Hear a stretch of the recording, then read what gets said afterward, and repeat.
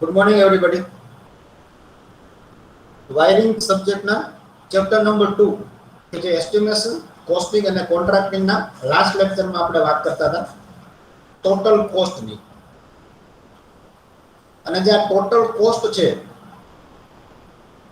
એના વિશે આપણે વાતચીત કરતા એટલો આપણને ખ્યાલ આવ્યો હતો કે કોઈ પણ પ્રોજેક્ટની ટોટલ કોસ્ટ જે છે એ હકીકતમાં અલગ અલગ 4 પ્રકારની કોસ્ટના સરવાળાથી બને છે. જેમાંની એક મટીરીયલ કોસ્ટ જે છે એના વિશે આપણે પ્રીવિયસ લેક્ચરમાં ડિસ્કશન કર્યું હતું કે ભાઈ મટીરીયલ કોસ્ટ કેવી રીતે નક્કી થાય. આજે આપણે વાત કરવાના છીએ એ છે સેકન્ડ કોસ્ટ, એટલે કે પ્રોજેક્ટની લેબર કોસ્ટ વિશે, કે જે આપણા પ્રોજેક્ટ કાર્ય કરવા માટે આપણે ઘણા બધા પ્રકારના અને ઘણી બધી સંખ્યામાં લેબરનો ઉપયોગ કરીએ છીએ.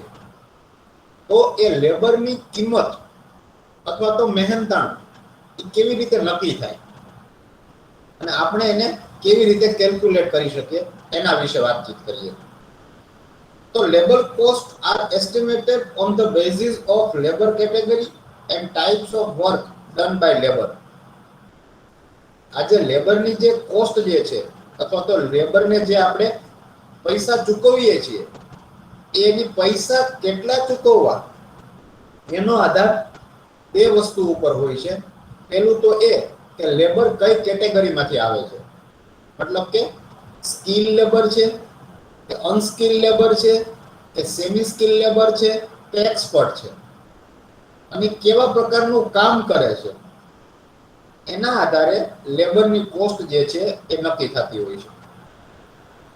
તો સૌથી પહેલા વાત કરીએ કે જે લેબરની સ્કિલ બહુ જ વધારે છે, હાઈલી સ્કિલ લેબર હોય, પછી સેમી સ્કિલ લેબર હોય, પછી સ્કિલ લેબર હોય, અને ચોથો અનસ્કિલ લેબર.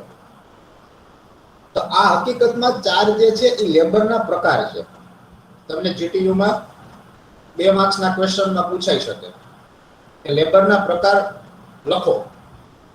તો ટોટલ 4 પ્રકારના લેબર હોય જેના સ્કિલના આધારે એનું ક્લાસિફિકેશન કરવામાં આવ્યું છે. Highly skill, semi skill, skilled અને અનસ્કિલ્ડ. હવે 4 પ્રકારના કોસ્ટ અલગ અલગ હશે. જેમ કે પહેલા વાત કરીએ આપણે હાઈલી સ્કિલ્ડ લેબર માટે, તો કે this type of labour has technical experience of work and he can carry out work by referring drawing without any guidance. તો હાઈલી સ્કિલ વર્કર કોને કહેવાય? કયા લેબરને હાઈલી સ્કિલ લેબર કહેવાય? તો જે લેબર પાસે ટેકનિકલ વર્કનો એક્સપિરિયન્સ હોય અને જે લેબર માત્ર ડ્રોઈંગ્સને જોઈ અને કામ કરી શકે એવા લેબરને હાઈલી સ્કિલ લેબર કહેવાય. અને એવા લેબરને કોઈ પણ પ્રકારની ગાઈડન્સની જરૂર ન પડે. તો આ છે ડેફિનેશન છે કે હાઈલી સ્કિલ લેબર કોને કહેવાય. તો 3 કેરેક્ટરિસ્ટિક એમાં હોય. પહેલા તો ટેકનિકલ વર્કનો એક્સપિરિયન્સ હોવો જોઈએ, ડ્રોઈંગ્સમાંથી જોઈ અને કામ કરી શકવો જોઈએ, અને કોઈ પણ પ્રકારની ગાઈડલાઈનની જરૂર ન પડે એવા લેબરને હાઈલી સ્કિલ લેબર કહેવાય. The cost of this type of labor is highest. સ્વાભાવિક છે કે જે માણસ પાસે એક્સપિરિયન્સ હોય, જેને કોઈ પ્રકારની ગાઈડલાઈનની જરૂર નથી, જે માણસ ડ્રોઈંગ્સમાંથી જોઈને ડાયરેક્ટ કામ કરી શકે છે, તો આવા માણસની કિંમત એ બીજા બધા માણસની કમ્પેરિઝનમાં સૌથી વધારે હશે. પછી વાત કરીએ સેમી સ્કિલ લેબર વિશે. તો this type of labor has less experience and require guidance and supervision. શું થયું? તો કે કેવા લેબરને સેમી સ્કિલ લેબર કહેવાય?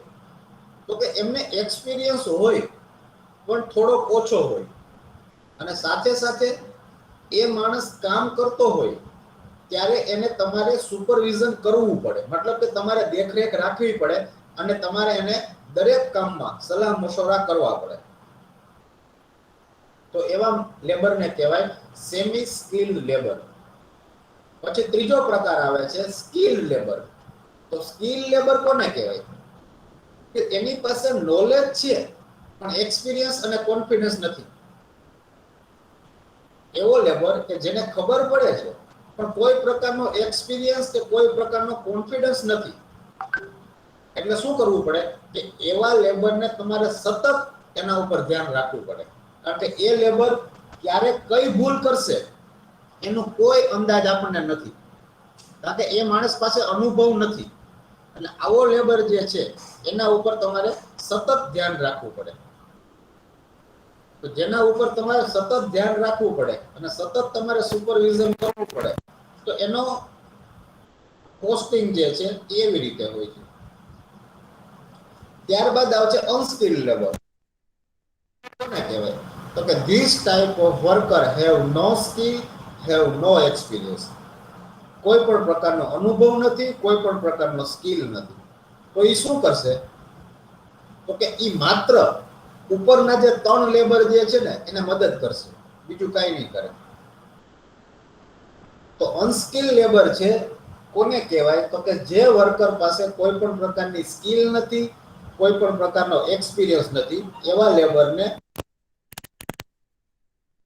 તો આ લેબર કરે શું? તો કે અનસ્કિલ લેબર જે છે એ હાઈલી સ્કિલ્ડ, સેમી સ્કિલ્ડ અને સ્કિલ્ડ લેબરને માત્ર મદદ કરશે, એને હેલ્પર તરીકે કામ કરશે. તો આ ટોટલ 4 પ્રકારના લેબર છે અને 4 પ્રકારના લેબરનું મહેનતાણ એ અલગ અલગ હોય.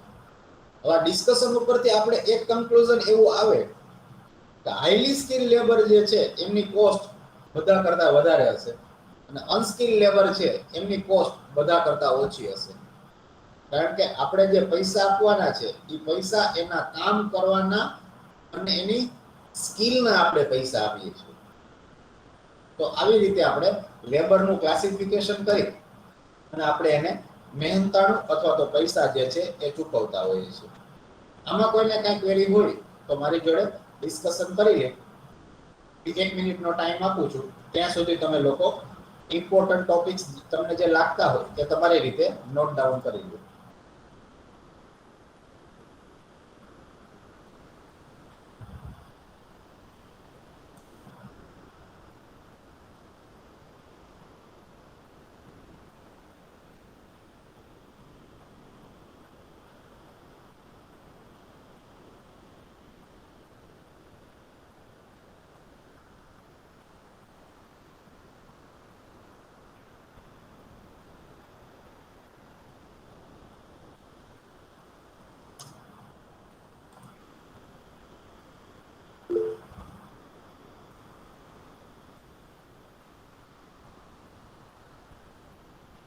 ઓકે, તો મારા ખ્યાલથી બધાએ નોટ ડાઉન કરી લીધું હશે અથવા તો સ્ક્રીનશોટ લઈ લીધા હશે. તો આપણે આગળ વધી શકીએ. હવે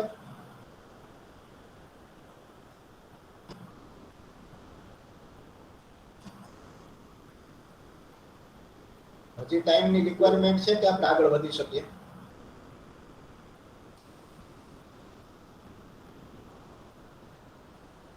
ઓકે, આ વાત હતી એ હતી આપણી લેબર કોસ્ટની આપણે વાતચીત કરી. તો ટોટલ કોસ્ટ જે છે, સ્ક્રીન બધાને દેખાય છે બેટા? હા સર. ઓકે, તો લેબર કોસ્ટ અને મટીરીયલ કોસ્ટની આપણે વાત કરી. હવે આપણે વાત કરશું ઓવરહેડ કોસ્ટની વાત કરશું. હવે ઓવરહેડ કોસ્ટ કોને કહેવાય અથવા તો ઓવરહેડ કોસ્ટમાં કઈ કઈ વસ્તુઓનો સમાવેશ થાય એના વિશે આપણે વાતચીત કરશું. So this cost is evaluated at the rate of 5 to 15% of the material cost. Simple ને સાદું ગણિત. જેટલી પણ તમારી મટીરીયલની કિંમત આવે એના 5 થી લઈ અને 15% સુધીની રેન્જમાં જે કિંમત થાય એને એની ઓવરહેડ કોસ્ટ કહેવાય. એક જ લીટીમાં સીધું સાદું ગણિત. દાખલા તરીકે તમારી મટીરીયલ કોસ્ટ 1 લાખ રૂપિયાની થઈ તો ઓવરહેડ કોસ્ટ કેટલી થાય? તો કે 5,000 થી લઈ અને 15,000 ની વચ્ચે તમારી ઓવરહેડ કોસ્ટ થશે. હવે આપણે એને એક્સપ્લોર કરીએ કે હકીકતમાં એમાં શું આવે ઓવરહેડ કોસ્ટમાં. તો કે ઓવરહેડ કોસ્ટમાં પહેલા તો ઓફિસનું ભાડું. તમે જે જગ્યાએ તમારો પ્રોજેક્ટ છે ત્યાં તમારે ઓફિસને ભાડે લેવી પડશે. તો એ ઓફિસનું જે ભાડું આવે એને તમે ઓવરહેડ કોસ્ટમાં ગણતરીમાં લેવાનું હોય.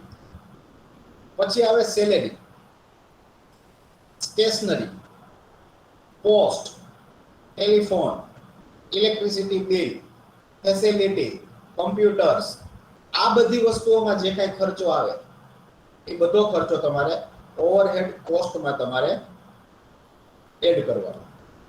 ત્યારબાદ ટ્રાન્સપોર્ટેશન એક્સપેન્સ, માલને લઈ જવા માટેની વ્યવસ્થા, લેબરને લઈ આવવા મૂકવા માટેની વ્યવસ્થા, આ બધી ટ્રાન્સપોર્ટેશન જે કંઈ ખર્ચાઓ આવશે એને તમારે ઓવરહેડ કોસ્ટમાં ગણતરીમાં લેવા.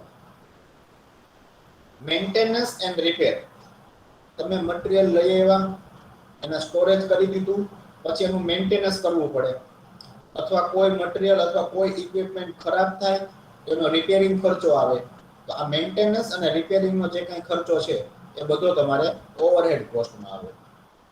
ત્યારબાદ ફેસિલિટી ટુ સ્ટાફ, સ્ટાફને તમે કોઈ પણ પ્રકારની ફેસિલિટી આપો, જેમ કે બોનસ આપો, એલાઉન્સીસ આપો, ઇન્ક્રીમેન્ટ આપો, પીએફ એટલે કે પ્રોવિડન્ટ ફંડ આપો, પેન્શન આપો, અથવા કોઈ પ્રકારનું કમિશન આપો, તો આ બધી પ્રકારની જે સ્ટાફની ફેસિલિટી છે એ ફેસિલિટીનો જે કંઈ ખર્ચો આવે એ બધો ખર્ચો તમારે ઓવરહેડ કોસ્ટમાં એડ કરવાનો રહેશે.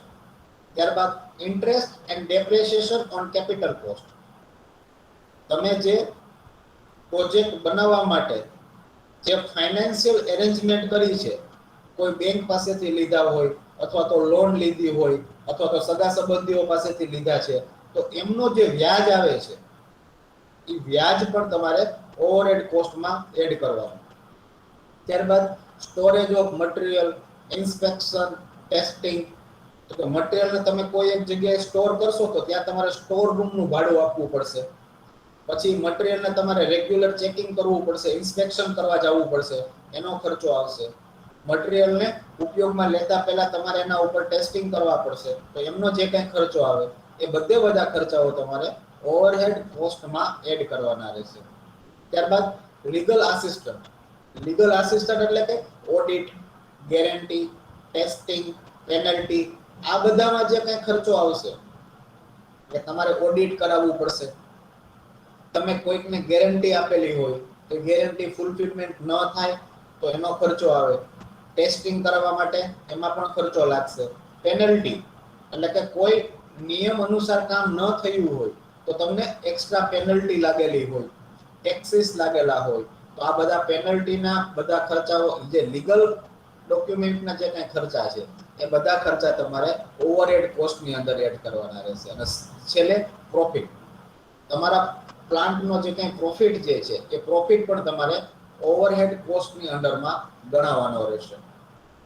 તો એક વાક્યમાં તમે સમજો તો ઓવરહેડ કોસ્ટમાં તમારે આટલા બધા સેક્ટરમાં જે કંઈ કોસ્ટ, જે કંઈ ખર્ચા થાય છે એ બધાને તમારે ઓવરહેડ ચાર્જ તરીકે ગણતરીમાં લેવાના રહેશે. અને એ જનરલી તમારું જે મટીરિયલ કોસ્ટ જે છે એના 5 થી 10% જેટલું જ થશે, આનાથી વધારે નહીં થાય. તો આ આખી વાત જે છે એ છે ઓવરહેડ કોસ્ટ માટેની. આમાં કોઈને કંઈ ક્વેરી હોય તો તમે મારી જોડે ડિસ્કશન કરી લો, અને તમને હું 1 મિનિટનો ટાઈમ આપું છું. ત્યાં સુધીમાં તમે લોકો ઇમ્પોર્ટન્ટ ટોપિક જે છે એ નોટ ડાઉન કરી લો. બધાને સ્ક્રીન દેખાય છે ને? હા સર. ઓકે, તો ટોપિક નોટ ડાઉન કરી લો, અને નોટ ડાઉન થઈ જાય એટલે મને જાણ કરજો, એટલે આપણે આગળ વાત કરીએ.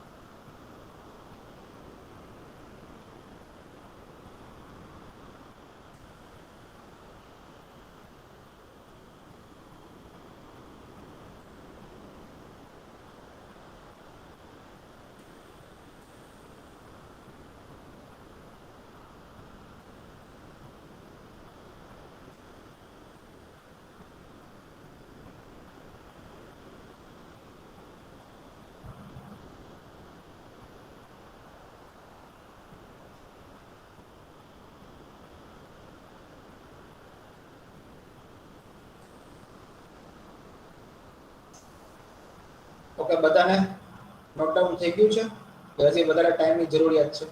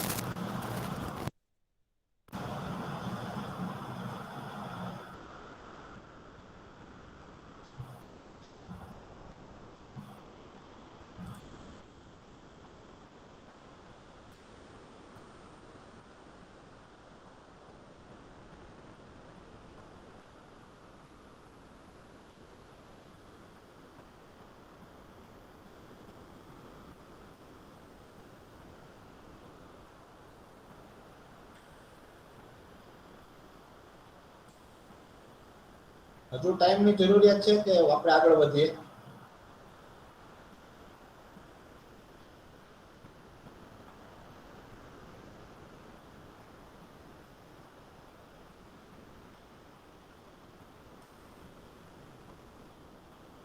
નથી આવતો મારો અવાજ બેટા તમને?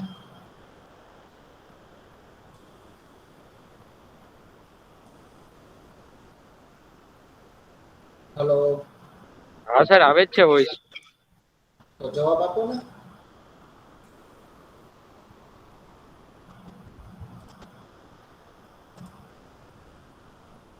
ઓકે, સ્ક્રીન દેખાય છે બધાને? હા સર. હા સર. ઓકે, તો ટોટલ કોસ્ટમાં આપણે મટીરીયલ કોસ્ટ કેવી રીતે કાઉન્ટિંગ કરવી એની વાતચીત કરી, લેબર કોસ્ટનું ગણતરી કેવી રીતે થાય એમની વાતચીત કરી, ઓવરહેડ કોસ્ટની ગણતરી કેવી રીતે થાય એમની વાતચીત કરી. હવે આપણે વાતચીત કરશું એ છે સર્વિસ ચાર્જની. એટલે ટોટલ કોસ્ટમાં સર્વિસ ચાર્જનો પણ સમાવેશ થાય છે. આ સર્વિસ ચાર્જમાં કેવા કેવા પ્રકારના ચાર્જીસ છે જે તમારે ગણતરીમાં લેવાના હોય. In special types of work, expert service is needed. For example, carpentry, digging, cable laying or cable joining. શું કહેવા માંગે છે કે ઘણીવાર કેવું હોય કે તમારું કામ એટલું સ્પેશિયલ હોય કે એ સ્પેશિયલ કામ કરવા માટે તમારે સ્પેશિયલ માણસની જરૂર પડે. ત્યાં તમારા લેબર જે છે એનો ઉપયોગ ન કરી શકાય. દાખલા તરીકે કાર્પેન્ટરી વર્ક કરવું હોય તો ત્યાં તમારે કાર્પેન્ટરની જ જરૂર પડે. ડિગિંગ વર્ક કરવું હોય તો ડિગિંગના વર્કરની જ જરૂર પડે. તમારે કેબલ લેઇંગ કરવું છે તો ત્યાં તમારો વર્કર કામ નહીં કરી શકે, એના માટે તમારે કેબલ લેઇંગના એક્સપર્ટને બોલાવવા પડશે. તમારે કેબલનું જોઈન્ટિંગ કરવું છે તો કેબલ જોઈન્ટિંગ એ કોઈ પણ લેબર નહીં કરી શકે, એના માટે તમારે એક્સપર્ટની જ જરૂરિયાત આવશે. તો એનાથી શું થાય તો કે sum amount is to paid for such work to the other contractor is known as service charge. તો આ જે કાર્પેન્ટર છે, ડિગિંગ વર્ક છે, કેબલ લેઇંગ છે, કેબલ જોઈન્ટ છે, એ કામ કરવા માટે તમે સ્પેશિયલ માણસને બોલાવશો તો એ સ્પેશિયલ માણસને તમારે અલગથી રૂપિયા આપવા પડશે. તો એને જે સ્પેશિયલ વર્ક કરવા માટે જે તમે અમાઉન્ટ આપો છો એ અમાઉન્ટને કહેવાય સર્વિસ ચાર્જ કહેવાય. એને શું કહેવાય? સર્વિસ ચાર્જ કહેવાય. બરોબર છે? તો આ સિમ્પલ એક સર્વિસ ચાર્જનું એક્ઝામ્પલ હતું. તો ટોટલ આવી રીતે આપણે material cost, labour cost, overhead cost અને સર્વિસ ચાર્જ આ ચારે ચાર કોસ્ટનો સરવાળો કરીએ અને આપણને જે ટોટલ અમાઉન્ટ મળે એ ટોટલ અમાઉન્ટને કહેવાય તમારા પ્રોજેક્ટનું ટોટલ એસ્ટિમેટિંગ કોસ્ટ કહેવાય.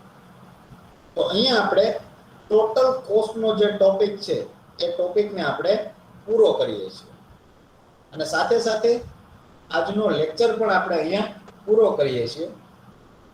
આ ટોપિક રિલેટેડ કોઈને કંઈ ક્વેરી હોય હજી તો આપણે ડિસ્કશન કરી શકીએ છીએ. અધરવાઇઝ આપણે આ સેશનને અહીંયા પૂરું કરીએ છીએ. Thank you.